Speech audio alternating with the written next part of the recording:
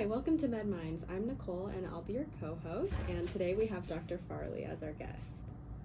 Hello, thank you for having me. Yeah, thank you so much. What is your 60-second elevator pitch? And my name is Victoria, and I'm originally from San Antonio, Texas. I went to undergrad at Texas A&M University. Whoop for all you Aggies out there. I graduated summa cum laude in biomedical science, and then I went back to San Antonio for medical school, and then I went to the UT Health Science Center in Houston for residency, where I completed residencies in both internal medicine and dermatology.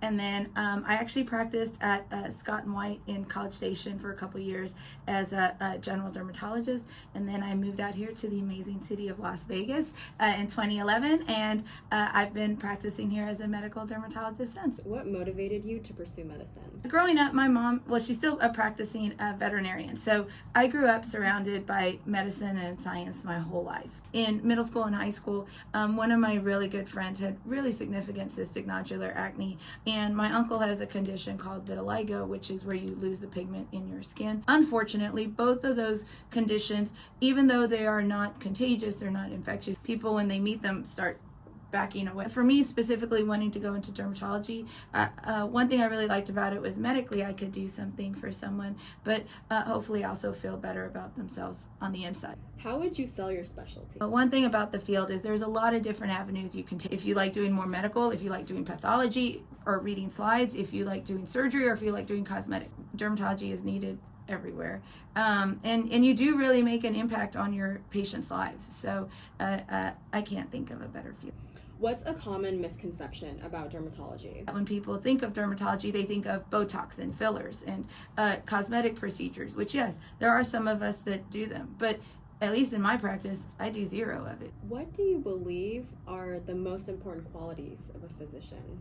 Caring and listening. Every patient is interesting, just not every physician is interested. I think on average, patients get interrupted like less than 15-20 seconds into trying to explain what's going on. If you cut them off before they even got to finish their second sentence, I would think that they're going to feel like no one's listening to them. What would you say are some strategies you use to show patients that you truly care about them? I try to sit down. If you're standing and they're sitting, that already puts it in a position of kind of power of one versus the other. Ideally, this should be more of a conversation. How do you break down complex information to patients? A lot of it is kind of tweaking on it over the years. You know, you start saying something one way, and then if I have a number of patients coming back and I feel like, okay, they're not quite understanding what I said, okay, I need to tweak what I'm saying. The other thing is occasionally I'll ask non-medical people, hey, I'm going to explain something to you. Tell me, does this make sense? And also, please tell me it's not condescending. Patients are going to need to be on medications that, of course, have 2,000 letters in them. How do you explain it in a way that they can understand it,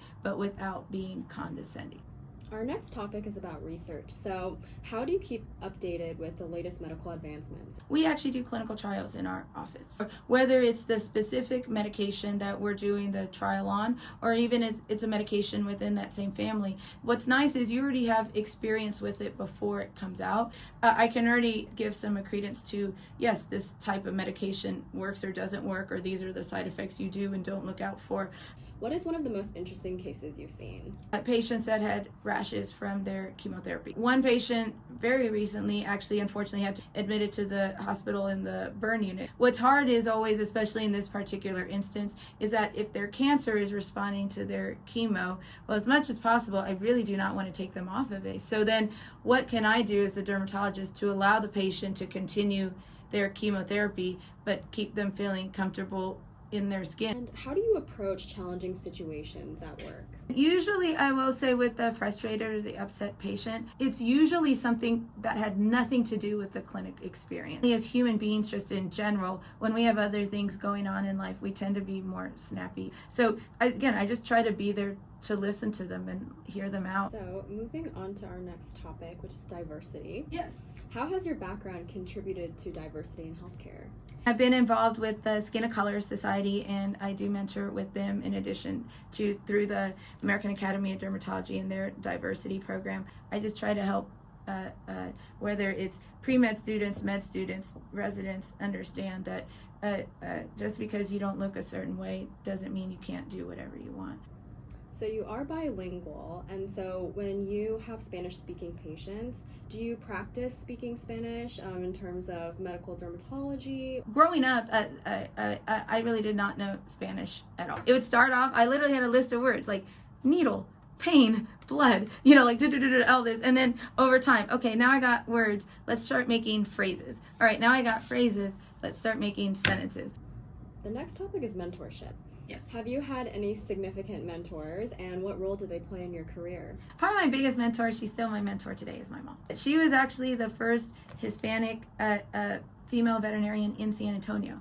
That's awesome. What do you think contributes to this excitement, after these years of practicing, to still be so in love with medicine? Do not go into medicine for the money. Being caring, being compassionate, it requires that you're not going to charge for every little thing. So if you go into it for the money, I'm already telling you right now, you're going to be miserable. And again, finding a place that is supportive of you and the type of medicine you want to practice, whether it's your own practice or joining a group that supports it, I think are important also. What is your biggest accomplishment?